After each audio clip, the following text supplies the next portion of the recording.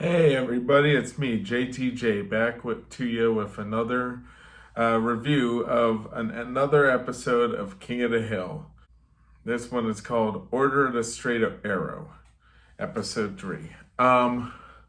So I'm going to get into it. The director of this episode is Clay Hall, and supervising director, again, is Leslie Archer.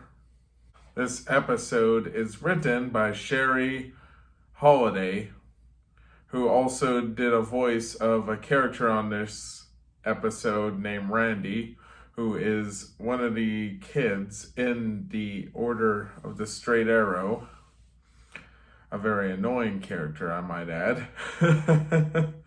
Yes. And of course, the main writers of this episode are probably Mike Judge and Greg Daniels, but that's probably because they're creators, once again. And staff writers of this episode is Jim Dotrieve and Johnny Hardwick.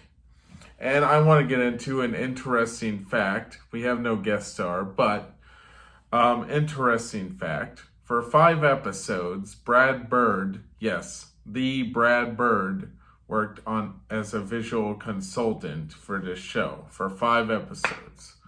So I thought that would be an interesting fact to share with you all. So the episode basically starts out with Hank and his friends reminiscing about their day in the Straight Arrow, and it jumps forward in time to them today, and Bill, the way Bill puts it, I'm depressed. Yeah, he did not turn out so well like he thought he would. Yeah, and we also get this B story where Peggy is heading somewhere mysterious. Spoiler ahead in case you haven't seen this episode, which you probably have, but you never know. Maybe you're some kid trying to take a test and you never watched the show before and you just want the straight up answers. Peggy Hill is secretly buying shoes because she has big ass feet. Yes, she's like a size 16. It's pretty hilarious. We get into Hank. He basically gets advice from Nancy's healer about Native American stuff, and he starts talking about the spirit of Nematanye, which he says it wrong, by the way. It's pretty funny. I think I'm saying it wrong. I mean, I'm not going to touch that one. I'm not going to even go any deeper in the detail about it other than what I just said. But there's a scene in there where Hank gives them all Slim Jims, and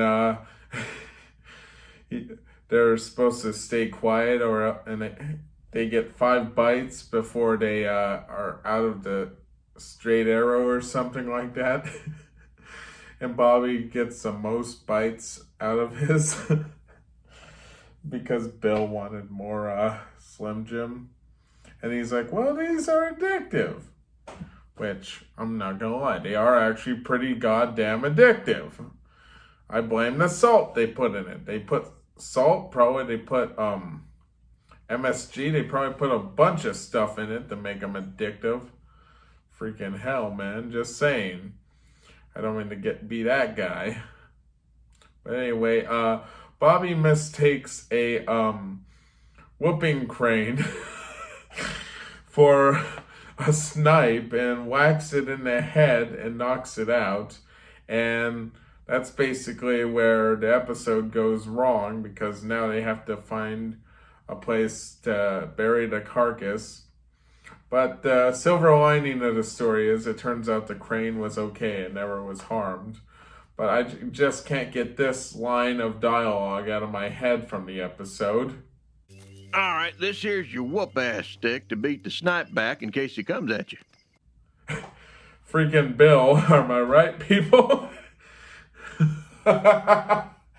Freaking Bill. Oh, that's so funny. But anyway, yeah, I'm gonna rate this episode a 8.7. It's not one of my favorite. Well, actually, it's in my top 30 of the show, so it is one of my favorites. I'm not gonna lie. It's just not at the top of the list.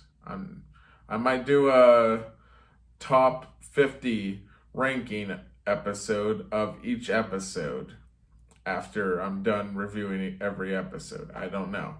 But yeah, this was a very fun episode to watch. It's one of my favorites. And yeah, I'm gonna release probably 2 more the next day to make up for what I've been slacking this week.